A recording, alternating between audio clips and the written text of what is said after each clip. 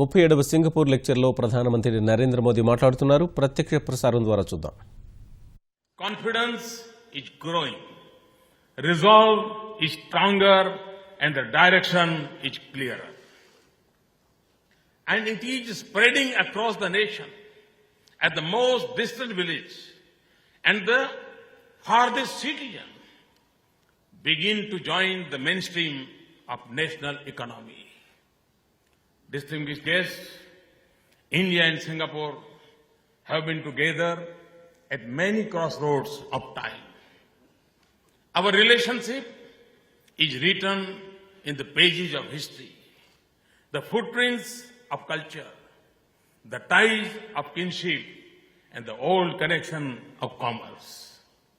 We stood together in friendship at the dawn of freedom, and we reached out to each other in a partnership of shared hopes. Singapore's success became an inspiration of Indians. And in turn, India became the hope for a more peaceful, balanced, and stable world. As India opened itself, Singapore became India's springboard to the world and gateway to the East. No one worked harder for it, and no deserves more credit for it than Emeritus Senior Minister Goh Chok Tong. He reconnected India to Singapore and the region. Today, Singapore is one of our most important partners in the world. It is a relationship that is as strategic as it is wide-ranging. We have comprehensive defense and security relations. It flows out of shared interests and a common vision. Singapore holds regular exercise with end in India. Singapore is the biggest investment source and destination for India in the world. The world's most connected nation to India, the largest training partner in Southeast Asia, and a popular destination for tourists and students. Now, as we build the India of our dreams, Singapore is already a major partner in the enterprise. World-class human resources, smart cities, clean rivers, clean energy, or next-generation sustainable infrastructure. Starting from the first IT park in Bengaluru, it now includes the newest state capital in India, Amravati in Andhra Pradesh. Our partnership will expand as our economies grow and the framework of trade and investment improves further. But I have always seen Singapore is loftier terms. Singapore's success in overcoming odds leads me to seek a partnership that addresses the challenges of 21st century, from food and water to clean energy and sustainable habitats. And in many ways, Singapore will also influence the course of our region in this century. Mr. Prime Minister, distinguished members, this area covers the arc of Asia-Pacific and Indian Ocean regions. However, we choose to define it.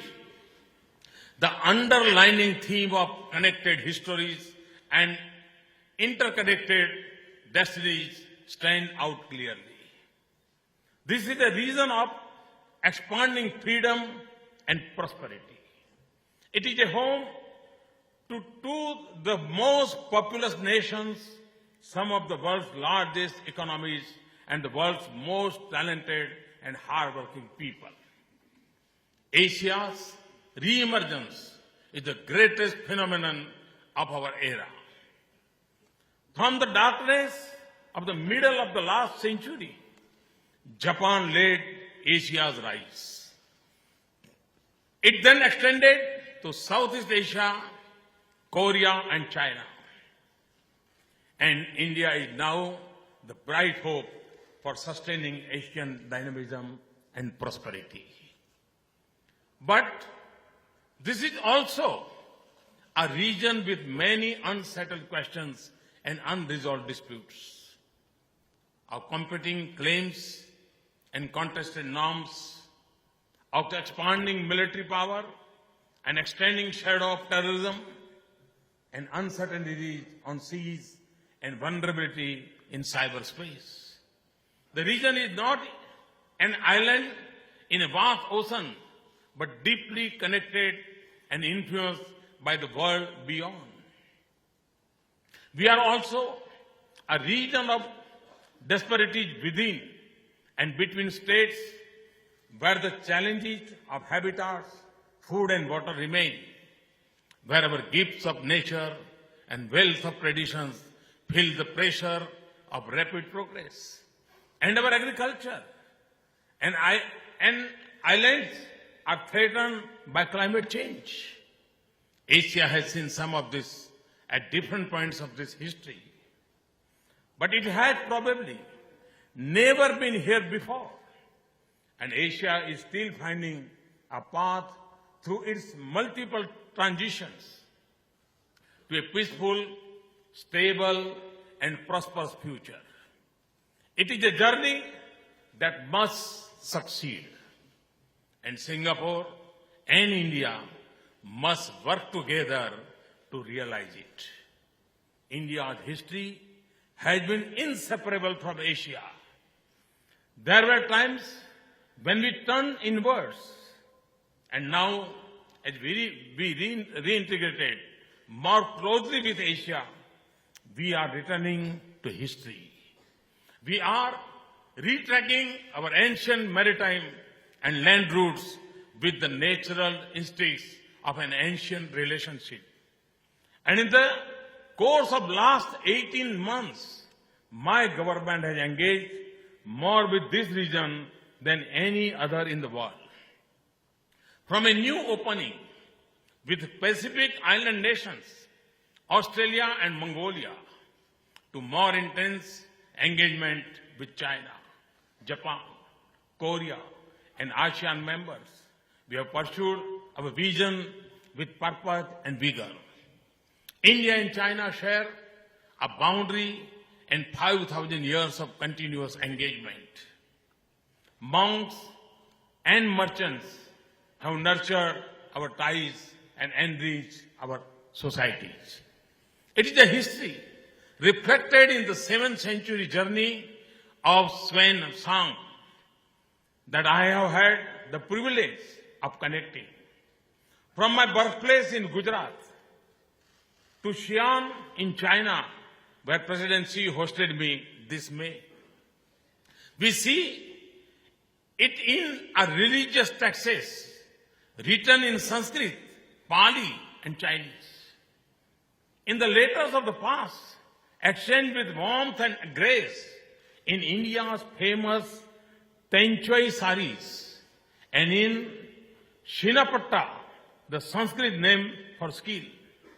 Today, we constitute 2/5 of humanity and 2 of the world's fastest growing major economies.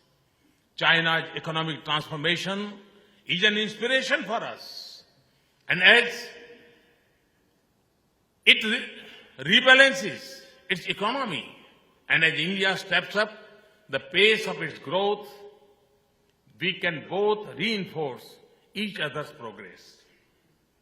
And we can advance stability and prosperity in our region. And together, we can be more effective in addressing our common global challenges.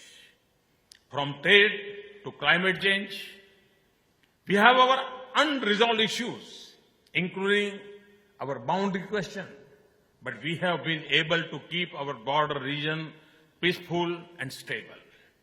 And we have agreed to strengthen strategic communication and expand convergence.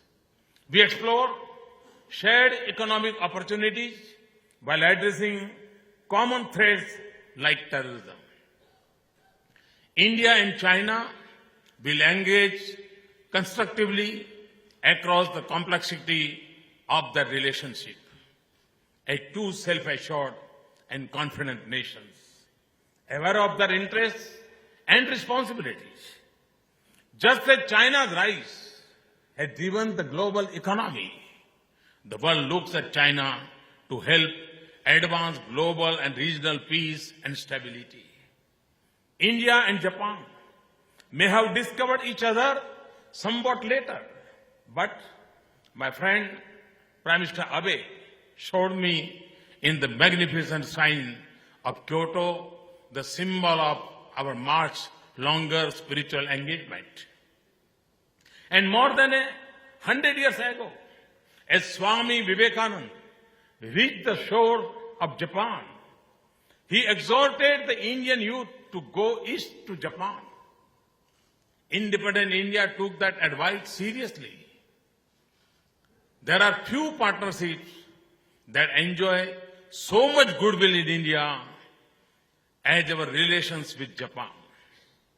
No nation has contributed so much to India's modernization as Japan. Cars, metros, and industrial parks, for example. And no partner is likely to play a role in India's transformation as Japan. We do more together now. We see this as a strategic partnership that is vital for securing a peaceful and stable Asia. Pacific and Indian Ocean regions, with Korea and Australia, our relationship started with strong economic foundations and have become strategic in content.